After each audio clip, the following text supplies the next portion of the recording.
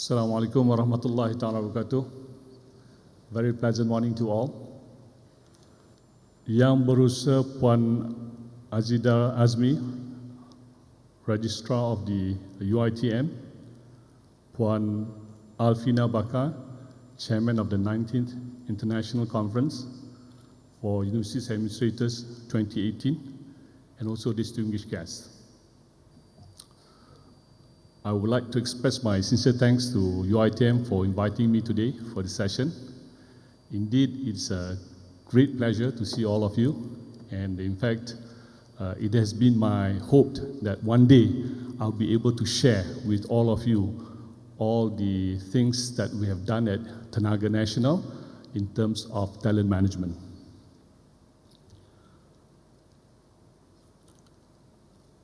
The context of today's discussion is actually based on the premise of Tenaga Nasional wanting to create more leaders at all levels. It started in 2012 when our CEO yang berbahagia Datuk Seri Azman Muhammad, then also by the name of Azman. Right now there's so many people in Tenaga Nasional by the name of Azman. Okay. Somehow it appeals to our parents in the 60s to name our children as Azman, and so right now we can see that many people by name of Azman, especially in Tenaga Nasional. In fact, Azman Zakaria, there are 4 Azman Zakaria in Tenaga Nasional.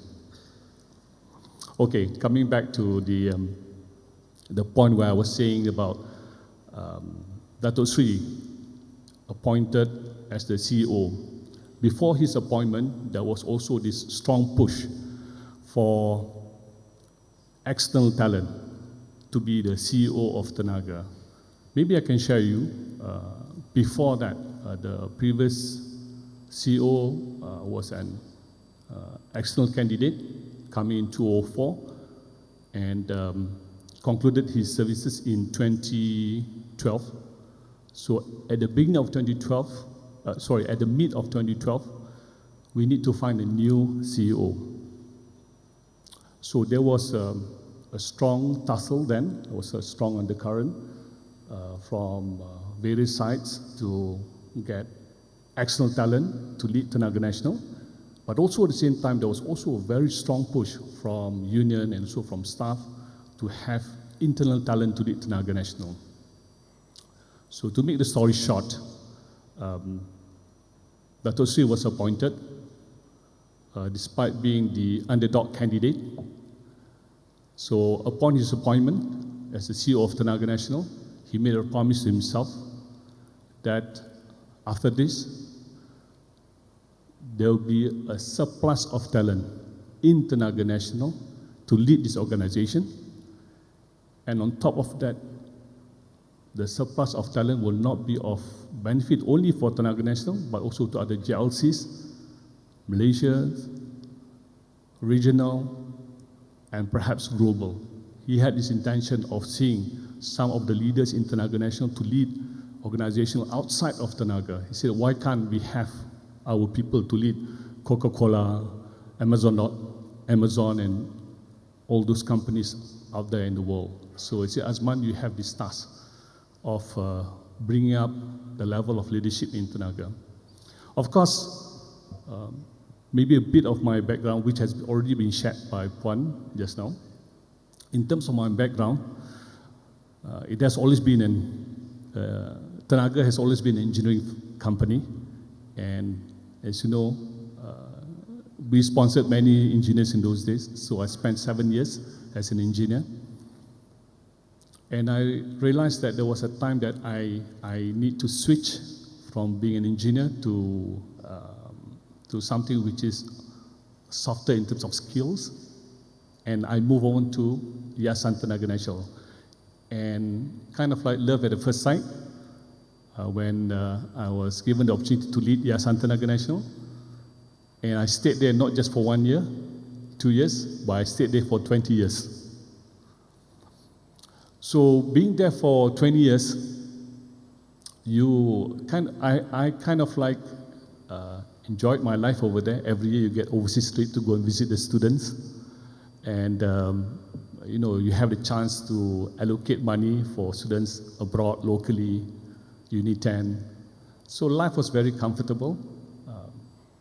So when the news came to me that, sometimes rumors will spread faster than the actual letters that come to you, saying that I will be out from Yayasan Tenaga Nasional, it sent shivers. I was not ready.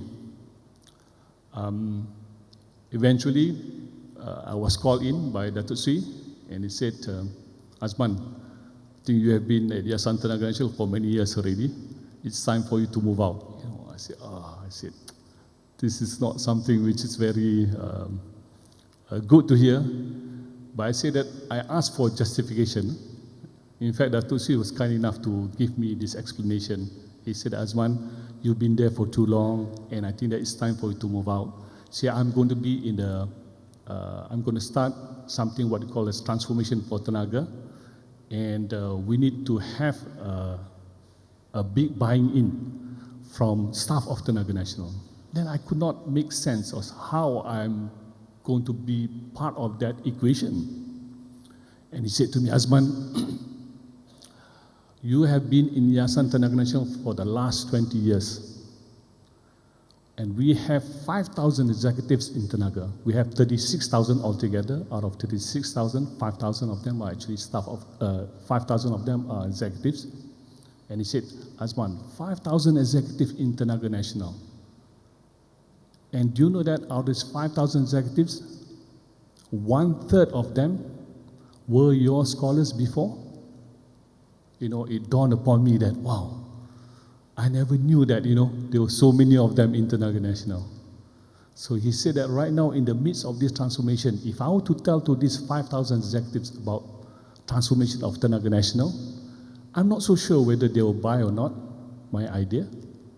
But if I were to tell you and you tell them, then at least I can get about 1/3 of these executives in line with my transformation initiative. So you play a very pivotal role in this transformation of Tenaga Nasional. So having that in mind, I said, okay. So I decided that, okay, Datuk Sri, what I will do is that I'll go back and make istikharah. I didn't say yes immediately. I said I'll go back and make istikharah. And knowing a person who's actually unwilling to move, that istikharah, I said, never mind, I'll come back for 3 days. But that 3 days, because the job is kind of like to be an unwilling job for me, it turned out to be 3 months. I didn't come back to Datuk Sri even after 3 months. And then, finally I got a call again. He said, Azman, so what is your istikharah? You told me 3 days, and right now it's been 3 months already. I said, okay, Datuk Sri. Even at that particular moment, I didn't know what to say to him, but somehow something clicked in my heart, said that, Datuk Sri, my istikharah will be whatever things that will come out from your mouth. Okay? What I'm going to say to you is that you move out from Yayasan Tenaga Nasional. So, here I am, Alhamdulillah, holding one position as the GM of Organizational Values and Engagement. And in 2015, I was given this task of trying to create more leaders in Tenaga Nasional. And he said, Azman, why don't we create something like America's Got Talent or UK's Got Talent in order to scour leaders in Tenaga? Because you see, the thing is that most of executives in Tenaga, even though they are very good, sometimes when they are stationed in Kota Baru or somewhere in JB or in Perlis, they tend to be lost in the system after many, many years. So, and Datuk Sri was asking, where are these people? So never mind, okay, what we're going to do after this, Azman, you go out there and do something what we call as UK Got Talent. Similar to UK Got Talent, but this time round, it's Tenaga Nasional Got Talent. So it's called as Future CEO Program, or right now it has been renamed as Leadership Drive Season 1. Okay, the idea is that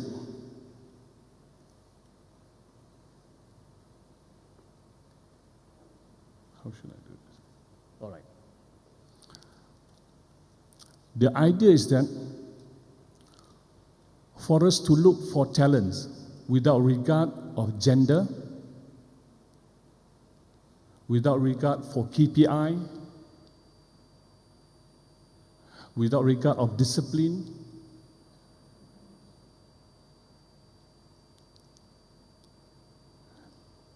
because sometimes when you notice that you are actually away from HQ, you tend to be, they call it out of sight, out of mind, isn't it? And sometimes you are in certain discipline, then you are kind of like being left out. For example, like civil engineers in Tenaga, kind of like left out also. And if you are female, there's also a possibility for you not to be observed clearly by the management. So we decided that this is a good time for us to start something. They call it Leadership Drive. So we had what I call Leadership Drive Season 1. So I know how to do it because this is my first time engaging in such a huge activity. So the first thing that we did was actually to make sure that there is a very strong attraction, strong communication. So we put a lot of banners, we put a lot of, we work hard with comm, put out videos, and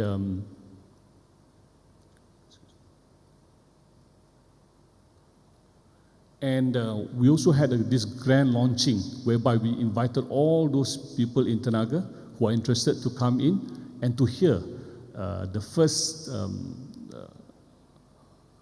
thoughts of what Datuk Sri has about this leadership in Tenaga National.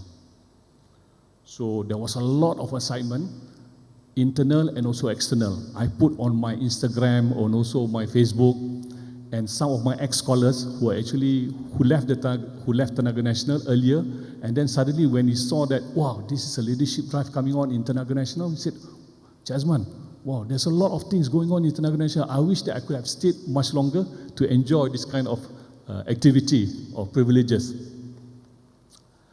So, Alhamdulillah, of course, we didn't work all on our own because at that time I had 2 staff together with me.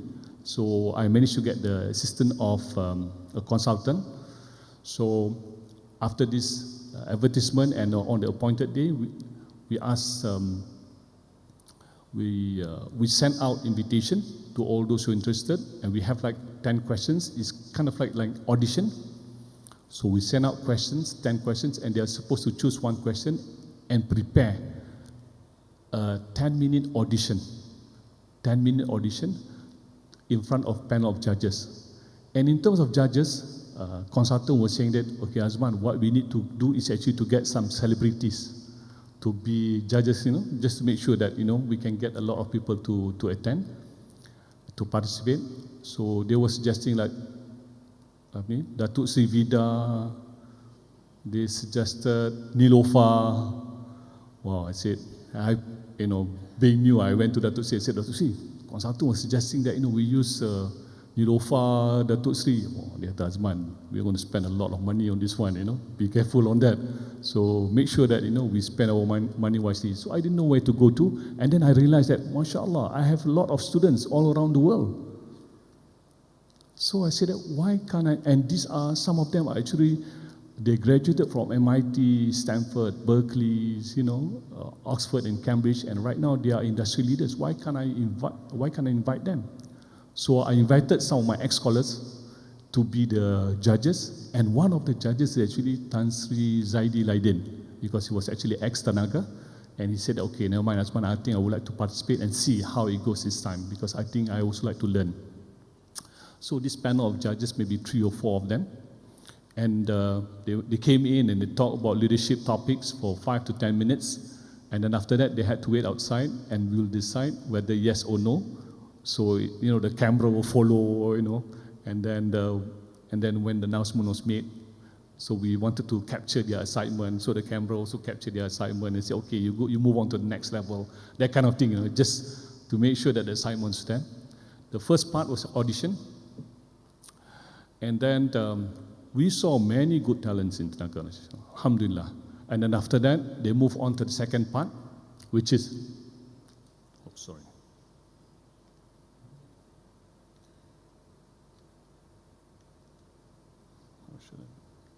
Okay.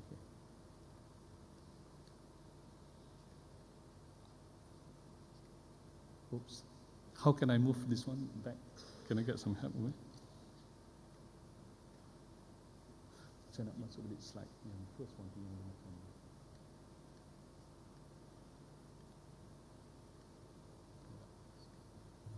Yeah, this one.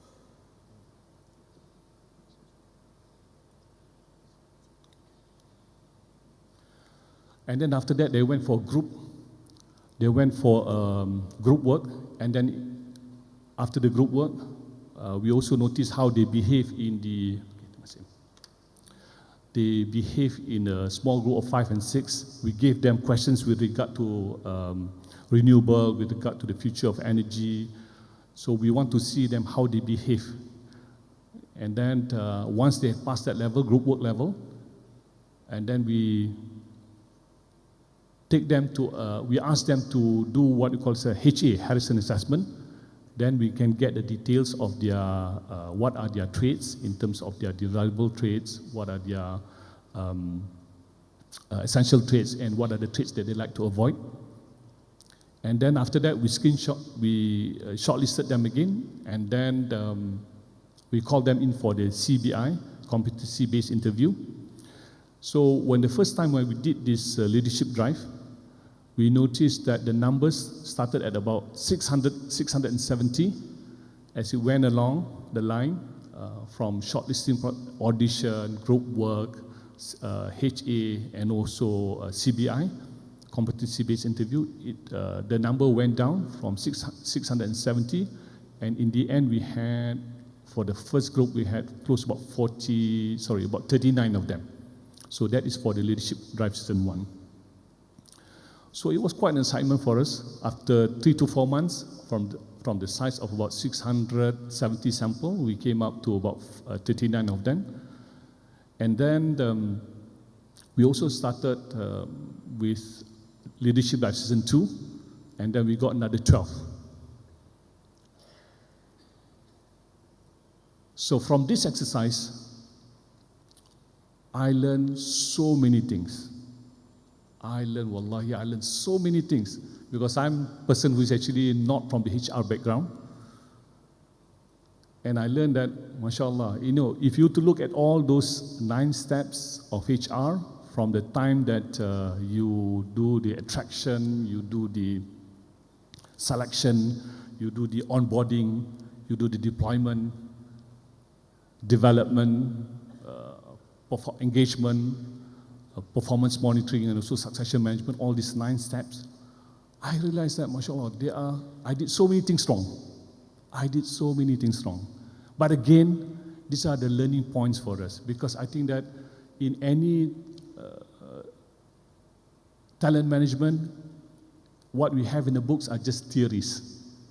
But once you do it, put into practice, then you realize that, okay, there are many things that you need to fix. Okay.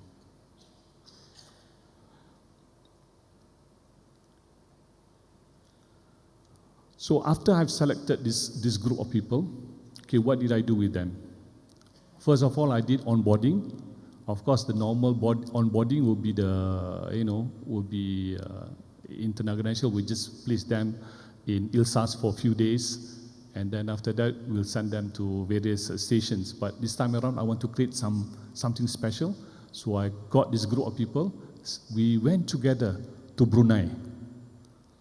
We went to Brunei and we spent at the Brunei OBS. Why is it that I need to spend time with these people? Because you see, the thing is that I need to understand these people inside out. Because I remember there was one story about one gentleman, one of the, in the times of Sayyidina Umar radiallahu anhu, he came over to Sayyidina Omar and he said that he wanted to recommend so and so for such position. Then Sayyidina Omar asked him, are you his neighbor? He said, no. Have you done any business dealing? He said, no. Have you done safar with him, or safar or traveling? He said, no. So Sayyidina Umar eventually said that, so in that case, don't come to me to recommend this person. So what I did was that, so I took this group of 39 of them, we spent close about 1 week plus in Brunei. And from there, even though, okay, one thing interesting is that from this 39, first group, Leadership Drive Season 1, out of 39 of them, 85% of them were actually my scholars before. So that actually helped me out. Of course, when we did the selection and whatnot, I freed myself from making any decision because, I'm trying to free myself from all biases. So it was completely a decision made by the consultant. So again, when we got the numbers, it was like 39 and 85% of them, 85% of them were actually my scholars. So it was actually very easy for us to communicate with them and to understand them. Even that, I took some time because there could be some losses in between. So I took them to Brunei and I spent some time with them. I observed them in terms of their prayers, in terms of their akhlaq, because these are all the elements that leaders need in this present day. Coming back from Brunei, so what did we do with these people? Okay. Oops, I think it's more some.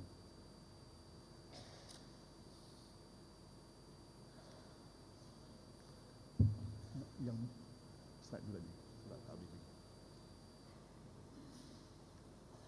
Okay. Okay. Okay. So coming back from Brunei, what did I do with them? I did what you call so where am I going to place these people? So there's a big question mark. Because once you have this talent supply, you need to know what's the position demand. Okay, so we decided, okay, we are going to place them at various subsidiaries in Tenaga Nasional. Alhamdulillah, we are very fortunate in Tenaga Nasional. We have close about 16 subsidiaries, and each subsidiaries, they have the MDs and also the CEOs and also the business developers. So with these leadership drive candidates coming in, so I did a sort of like a marketplace. So I called all the MDs to come in and to explain about their subsidiaries and what are the things that they're looking forward to, what are their mission. And then they have conversation. It was like a marketplace. And then after that marketplace, so each and every one of them will indicate to me what are their preference in terms of assignment. Could it be like with the Tenaga cable, transformer, nation transformers, or Unitan, ILSAS, So I got all these requests and I did a matching. Again, when we did the matching, it was very much related based on their Harrison assessment. Because under Harrison assessment, you can actually list down in terms of traits, who are those people who are actually good in terms of being MDs, okay, or CEOs, the chief operating officers, also business developers. So once I match them, then they're given them the mission. So I will observe them, and then in between, we call them in for development. Again, in terms of development, we are very fortunate that our CEO is actually very generous in terms of giving. Say Azman, I don't want these people to be given courses. I want them to go out there and look for these courses that is actually relevant to them. Because you see, we want to treat them not as using the exact words. We don't want them to treat them like donkeys, but we want to treat them like stallions. Because donkeys, we have to keep on pushing them for development. But if they are stallions, they will be thirsty for development. They will come to us and ask us what sort of development that they need. So the same concept, this concept was actually extended to these leadership drive candidates. So when we called them in and we told them about this opportunity, they all got so excited. So from now and then, I will get a request for them to attend, okay, program Sila in Sri Lanka, or they have programs Singapore or Brunei, that kind of thing.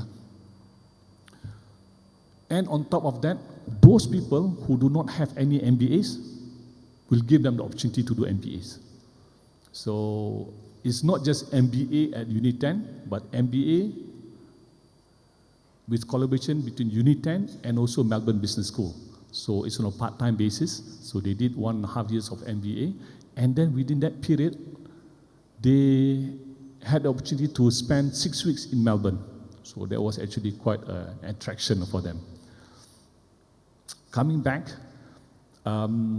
in terms of engagement, I did a lot of engagement. I sat together with them. I realized that one of the key things about engagement is that you need to spend a lot of time with them, trying to understand, because these are the people who are actually as young as 27 years old, to the elders in the team, close to maybe about 52. So you have a range of people coming in, and you realize that they need support from another. And one thing good about, in terms of this engagement, so when we spent some time in Brunei, they came back and they set up this WhatsApp group. So they're all very connected to one another. So when I sent 2 people, for example, to Uni10, or 2 people to ILSAS. ILSAS is actually our training center, subsidiary. I'm not sending only 2 people, but I'm sending the rest of 37 of them to ILSAS, because I'm connected in their WhatsApp group, and I can see that, hey, how should I do this? And the other 37 of them will be commenting, okay, why do you get this? Why do you get connected with this guy? So it's a whole dynamic. It's changing the whole dynamic, the system of these 39 of them. I can see that there's a lot of energy. And then in terms of performance management, okay, after 1 year, we assess their performance, and then we table it to our Tenaga leadership group. And then, because as much as you come in, there's also for you to come out. And sad to say that after 1 year, from 39, we had to reduce the numbers from 39 to 33. So that is actually 34, yeah, 34. So we had to take out a few people, and then this is actually based on the performance of these people, these candidates, and also the input that we got from the Tenaga leadership group. And in terms of succession management, we are still a bit grey about that. I have to be honest with you. We're still a bit grey at that time, because we were not so sure on how we want to chart out the career path for these people, especially those people who are actually coming in at the age of 27 or 28, very young.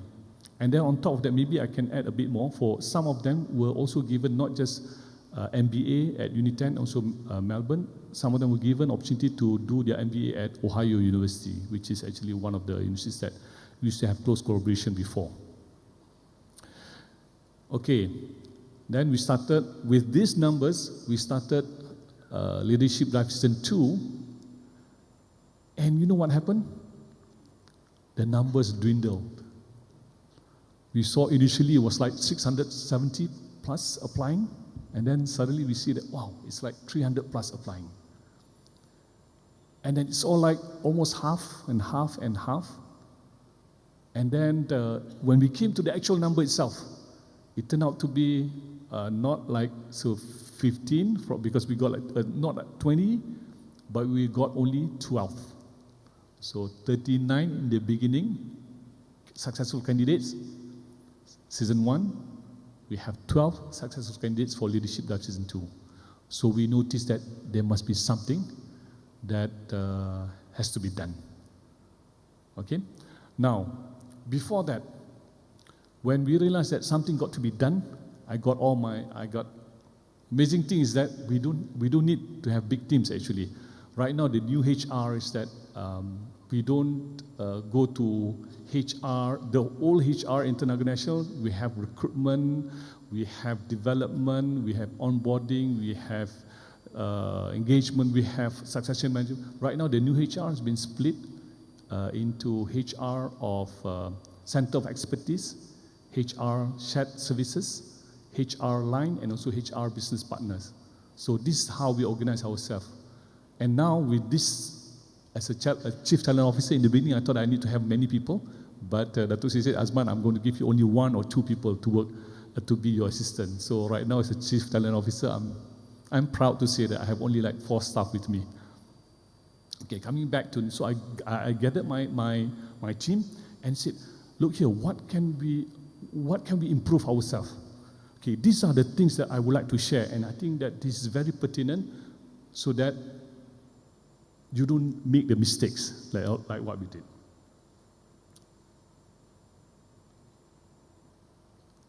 Okay. In terms of attraction, you see, in Tenaga Nasional, when we are very much concerned about seniority. And when I meet some of my senior friends in Tenaga Nasional, and I say, hey, why don't you join this? I like to promote about this leadership drive whenever I go. I say, hey, why don't you join this leadership drive? I say, man, how can I cannot see myself going through this leadership drive, audition, group work, interview, CBI.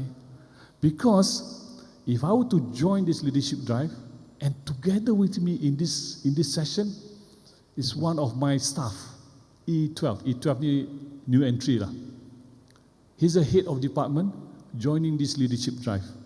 Man, if I join this leadership drive and I don't make it, but my staff, new entrant into Tenaga Nasional, he joined this leadership drive and he got it. So how should I position myself after this? That's a big question mark. Okay, that's good input. And then another thing is that, how do I need to increase the interest in trying to attract, because we have been functional leaders. See, because what we've been doing, we have been drumming this idea about getting these business leaders, very visionary in terms of, strong in terms of business acumen. But somehow, Tenaga Nasional has always been a functional organization. Utility, functional, operational, and 15% of our leaders are basically functional leaders. So we saw some drawbacks, especially from those people who do not want to be in the limelight. And of course, when we did this, first time doing it, we had a lot of challenges in terms of trying to get the support. Of course, we have to say that HR was there, and they tried very hard to assist us. But of course, in terms of processes and system, we were doing a lot of tweaking then. So the system was still not there to assist us on at its full capacity.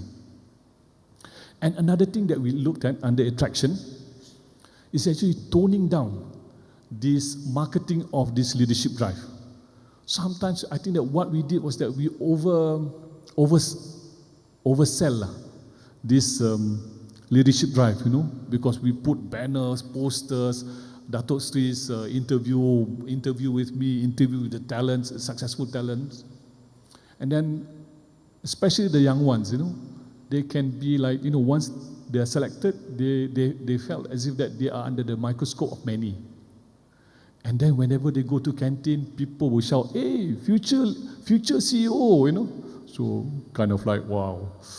It was a bit difficult on them, because they need to prove themselves. Still a long way for them to prove. So I think that was a challenge. So I think, okay, now we learned that we need to we have to reduce that a bit more than what we did before. And then on number 2,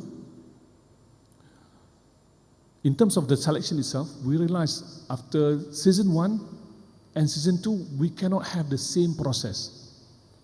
Once you have the same process, you realize that people are very smart. They can just Google, they basically know what to expect and they are more prepared.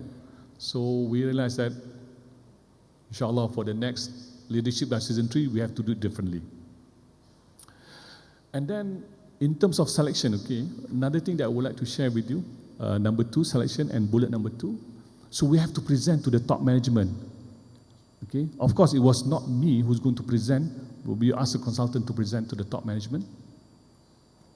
When we did the presentation, you know, we have all these leaders, and looking at the names one by one, there will be 2 questions asked. Hey, Azman, how come so-and-so is in the list? Number 1, alamak, berpeluh I got to answer. Number 2, how come so-and-so, who's actually their, their usual suspects, they are not in the list? Wow, that's also a tough question for me. So, the thing is that sometimes, we think that we are in this position and we think that that's our leadership.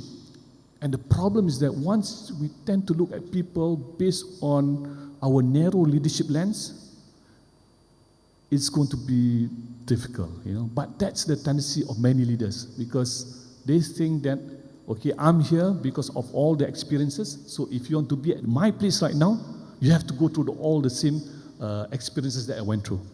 So, sometimes we need to educate these leaders that, hey, don't look at these people based on your narrow leadership lens. But again, I have to do a lot of small talking. I cannot say directly to them, And then in terms of onboarding Brunei, we had a lot of good time over there, but I think that more preparation needed. We need to explain more, because right now we have the younger ones coming on board. They need to be explained. They cannot be, they don't want to be kept in silence or in the dark on what's going to expect. We want to make it a surprise. No. I think that is good. Surprises, birthday surprises, it's good, but not in terms of their something which is actually involve their career path. Okay, in terms of deployment, we noticed that we have to be very clear, we have to be very specific in terms of their mission charter. If I can share with you, each and every one of them, they are given mission charter. In this mission charter, it will be clearly stated what are their things that they need to achieve. What are their expected in terms of outcomes, in terms of financial, in terms of customer, in terms of people. So we were not that clear. So I think that, and then in terms of compensation also, we have to be clear. So, but that was not shared with them clearly in the beginning. So I think that they want to have a more clearer mission charter. Okay, and then another thing is that bullet number 2 in terms of business strategy. You see, there's always people in any organization that, okay, we need to create talents in Tenaga. We need to have a leadership of a pool of leaders in this organization. But you see, having these people alone is not enough. You need to match it together with, they call it position demands. You have to match position demands against talent supply, vice versa. You cannot have a talent supply, but there's no position demand. So our position demand came later.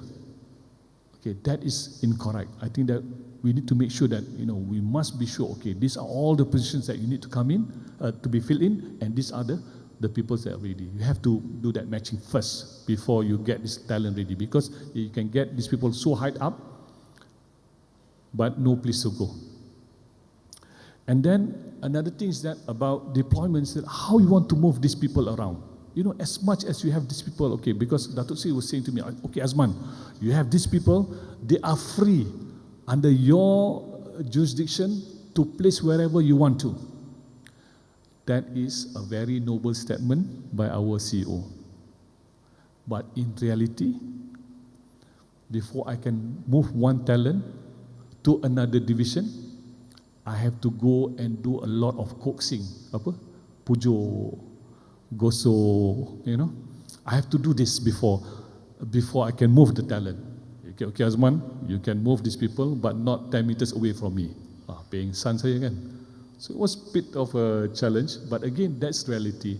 But a lot of engagement needed. You cannot just go and, they call it in Malay, they call it pecah pintu. You cannot do that. You have to go and you have to talk to these people, talk to the top management of Tenaga slowly, inshallah. And again, in terms of deployment, for these young people, they need to see what's the end state of this deployment for me.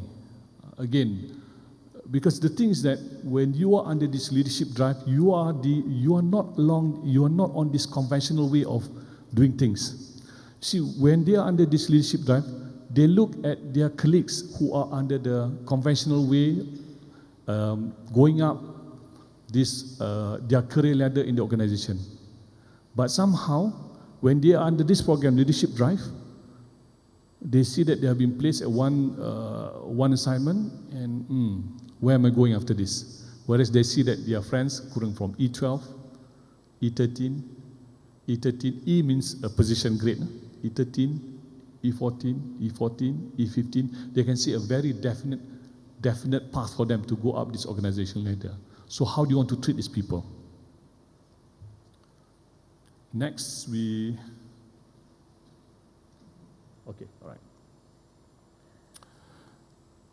In terms of development, one thing that we learn is that as much as you want to put people under various leaders, because normally we don't change many subsidiaries, head of subsidiaries. We put them normally as CEO or also business developers. As much as you want to put this leadership drive candidates in these subsidiaries, you have to remember that you need to place them together with leaders who wants to develop people. If you were to place these leadership drive candidates at subsidiaries where the head is not a people developer, you're going to head for trouble. You know, I can recall one conversation that I had with one of the young ones. I think maybe he's close to about 30, early 30s, and I put him in one subsidiary. See, when he went to that one subsidiary, he said to me, during our engagement session, he said, Azman, you know that when I went, when you assigned me to that subsidiary, everybody was looking at me. And the feeling that I got was that, what's so special about you that Datuk Sri, CEO, got to parachute you into this organization to be the business developer or the chief operating officer? What's so good about you? Aren't we good enough? So when there is, and then on top of that, worse still, if you have a boss or MD who is actually not a people developer, you say, okay, you go ahead and perform. You have been selected, show me your results. Sometimes the feeling that this leadership drive candidates had at that particular time, a very good example he gave to me is that, Azman, I feel as if that I've been put into this gladiator ring, armed with only one knife. And I'm supposed to fight together to fight against my opponent, who's actually armed with shield, with spears, with arrows, with lions, and I'm only given one dagger. So that was the very true description of how he went through at that time. So I fell for him, and after that we made some modification in terms of assignment, realizing that making sure that when we send a talent to a subsidiary, that head of the subsidiary must be a people developer. That means he's not there to pit these talents against the incumbent, but place them or give them assignments where there is growth. Okay? And in terms of development also, as much as, bullet number 2, as much as we want to give a lot of exposure to these people, by the way, how much time do we have, madam? Sampai berapa? 10 minutes, okay, all right. I have 10 more minutes, okay. As much as we want to give development to these people, must make sure that they are there to deliver values. But once we keep on calling them, to our training center for session with Azman Osman Rani, session with VPs of transmission, session of VPs of HR, we notice that we are actually sometimes taking too much of their time also, because they need to be focused. So on my part, I learned after this, I need to schedule. You know, there's a lot of assignment in me, trying to get things done, but again, we have to balance in terms of their need to deliver values at the organization of subsidiaries. And engagement, of course, I need to spend more time, even though I think that I spend a lot of time in terms of engagement, I think that I need to spend more time. And you know what, I think one of the critical things in terms of this leadership drive, you need to have a champion. Without a champion, I think it's going to be very difficult. Because without a champion, you find that, you know, when these leadership drive candidates become astray, they have nobody to turn to. And then in terms of performance management, one of the things that has been shared by the senior leaders in Tenaga, Azman, I want to make sure that these people, even though they have all these traits to be leaders, they need to have humbleness and humility. But if I were to ask them, what does it mean by humility and humbleness? Nobody can actually give me a good sense of it. But of course, you know, I will normally, for your information, whenever anything that been done by these 39 people, leadership drive candidates out there, they made a wrong statement during the meeting, or they put up something in the Facebook or in the Instagram, or dealing with HR, I will get a call. Azman, apa asal ni you punya leadership drive candidate ni? Oh no. Saya pun, oh lama. I got to immediately go back and tell them, okay, look here, what was the meeting that you had yesterday's evening? Did you put your boss under the bus? You know, so I had to mediate a lot of such difficult situation. But again, that's my job, you know. And you see, the things that these leadership candidates, we have what we call this mark exterior. Mark exterior. What do I mean by that? You know, you have this personal branding that, you know, sometimes this personal branding is like, you know, you call it bells, you know, stuck to your feet, and wherever you walk, you can hear it, you know, ringing, making a lot of noise. So that's your branding. Or sometimes you don't even realize it. It's like, you know, when we're small, some of our naughty friends will put a piece of paper behind us, and as we walk, everybody laughed. You know, that is our branding or mark exterior. So I think that this is something that I need to deal with. You see, sometimes we look at people based on our view of what we had about this candidate 10, 15 years ago. But now look, this assessment has been done by a consultant, and it is now. We are looking at these people right now as they are right now. And so we have to surpass that perception that we have on these candidates. Okay? And again, in terms of reward, I think we need to be very clear on that. So that's also our mistake. When we talk about, because under the mission charter, there's one part at the bottom left. We said, okay, on the bottom right, we said about benefits and compensation. We just say that you're going to get some discretionary bonus, but that has not been made clear to them. So they want to see a clearer benefits.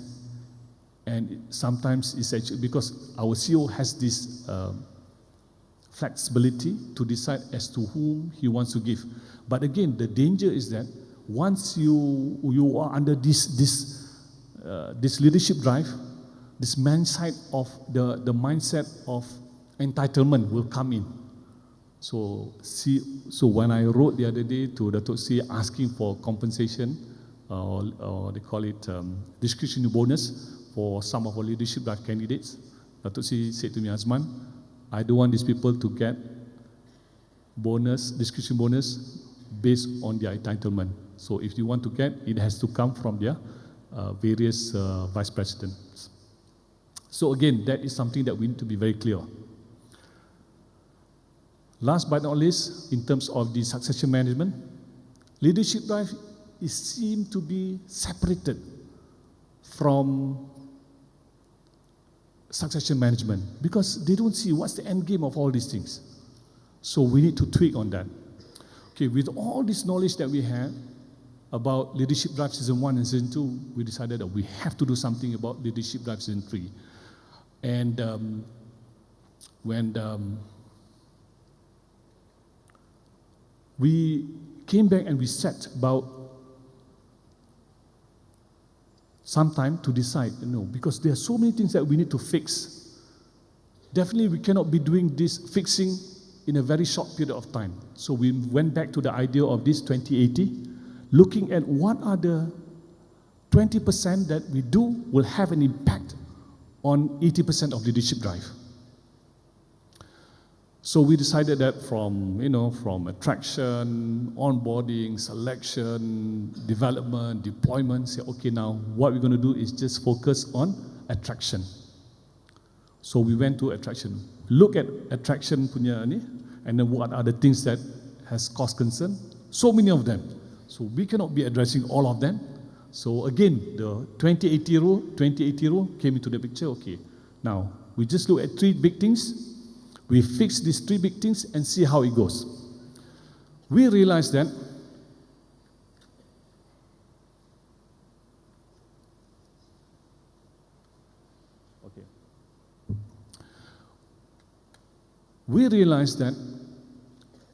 there are 3 big things under attraction. If you were to fix it, inshallah, we can get better participation. First of all, we need to address in terms of their fear of being assessed, number 1.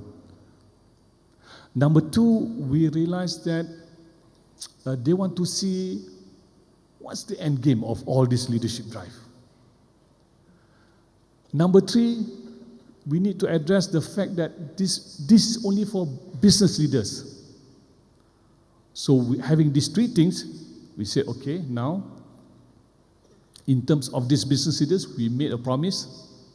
We told them that it's not going to be business leaders. The search for business leaders only is going to be for functional leaders. So they know that business leaders will constitute maybe about 2 to 3%. For functional leaders, they know that the number is going to be more. Statistically, it says maybe about 15%. Number 2, fear of being assessed. I know I don't like to be assessed together with my subordinates and knowing that maybe he can get it, I don't get it, or even the subordinate he himself will think that, okay, I don't want to be assessed together with my boss. How do I position myself if I got it and my boss do not get it? And how am I going to be in that department? How am I going to see them after this? So we decided that to eradicate the fear by having a segmented selection. That means it's not going to be executives, managers, senior managers, and M group together, but we're going to do a segmented leadership drive. That means we're going to focus just on senior managers alone. The third one, which is going to see what's the end game of all these things. Because you have been pushed around, placed at this department, go to that subsidiary, solve this problem. What's the end game? So right now, we said that, okay, the end game, we went to HR. We went to VP of HR and said, Dato', we need to make sure that, people want to see value from this leadership drive. What can we do, And then we suggested to him that, okay, now, if they are selected and then they pass through all this assessment based on various division and also assignments, we give them, they can be the first one to be considered for M group, or we'd call it maybe JUSA or something like that. I don't know where, I think so, something like that. But over here, M group, that means you can have a car, you can have a flexi allowance, you have all those perks and privileges of being a management of Tenaga. So with these 3 things identified, and we found 3 things on how to solve these problems. You know what? When we advertised for Leadership Drive Season 3, for managers alone, I just want to give you some statistics. Leadership Drive Season 1, senior managers, I'm talking about senior managers, so we're looking at first tier, second tier, the third tier. So Leadership Drive Season 1, we got 10% participation. We have, for your information, we have 820, something like that. So we have the Leadership Drive Season 1, we had 10%. Leadership Drive Season 2, we had 4.55%, drop down. So with all this modification that we made, we advertised, and you know what? Guess the number that we got.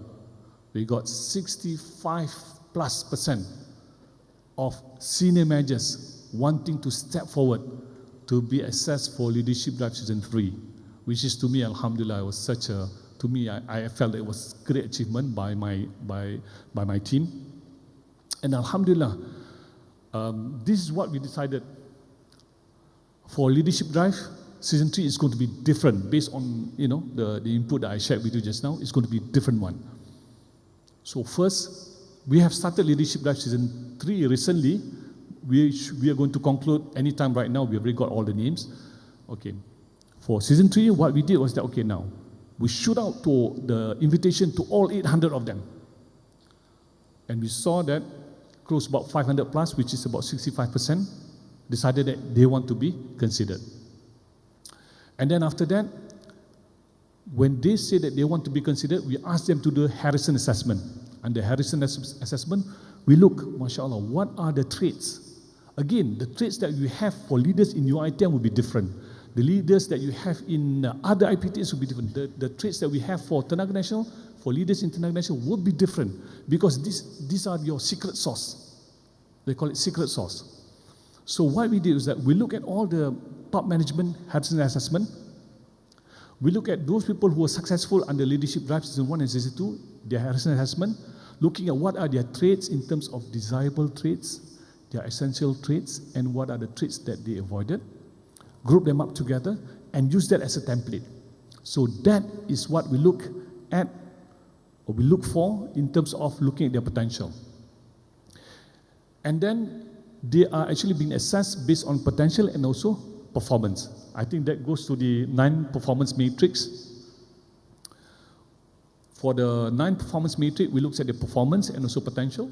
Those people, we cluster them based on performance low, medium, high, and potential low, medium, high. So those people who falls under those people who falls under high performance and high potential, put in one basket. Medium performance, high potential, one basket.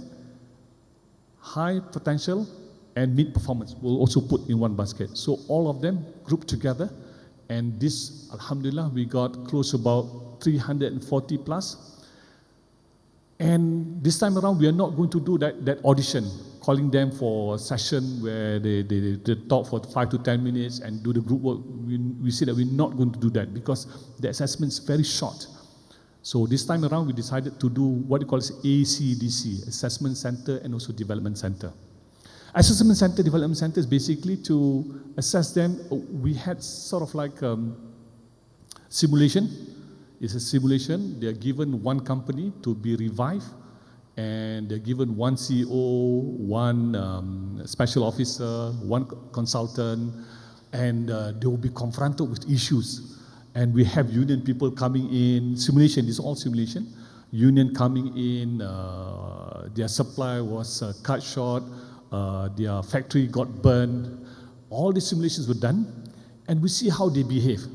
So for Leadership Drive Season 1, Season 2, we see that, they can kind of like modify their behavior, but for 1.5 days assessment, they cannot modify their behavior. They are going to be put under stress situation, and all going to be observed by our consultant. Consultant will write down everything.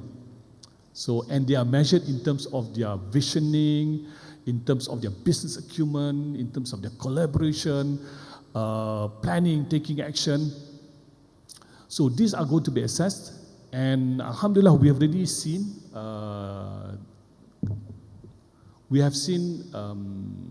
these things coming in already, and at the moment we have close to about 80 to 90 of them which have been shortlisted. And again, this time around, I'm not just going to put these names on the board. I have been going around and seeing all the vice president, telling them, okay, under your division, these are those people who were called and who made it and who did not made it, and then who attended, not attended, all those things. I had to share that with all that, so that when I do the presentation to the Tenaga Leadership Group, the decision will be much easier. So I hope that this Leadership Drive Season 3 will be better, and I think that, again, when I threw the list, based on my individual engagement with all the VPs, they say, oh man, betul, this, all these names that you put, I think I'm very confident in comparison to Season 1. I got to answer quite a lot in those days. But alhamdulillah, right now we hope that we'll be able to get good buying in from top management of Tenaga, and we hope that it's going to be a smooth ride. Last but not least, I'm still going to take what it calls a CTO getaway, which we did something similar to Brunei getaway that we did for leadership batch season 1 and season 2. So we hope that we'll be able to do the same. But again, I'm looking at other OBS centers around the world. It could be, I won't be able to disclose to you right now. So, but we are considering some other locations for OBS, and we see, how it goes. Or maybe it's just going to be next door to Bangi, we never know. Okay. All right. So these are some of the things that we did. I do not want to explain on the next step, which is what we call a transformation accelerator, on how we want to connect the leadership that we have with our vision of Tenaga becoming top 10 utility companies in 2025 with an EBIT of 20 billion. So I don't want to connect that because it's going to be very technical. But let me just rest over here, stop for a while, take a pause, and then perhaps take questions for anyone who would like to ask me questions with regard to Leadership Drive Season 1, Season 2, and Season 3.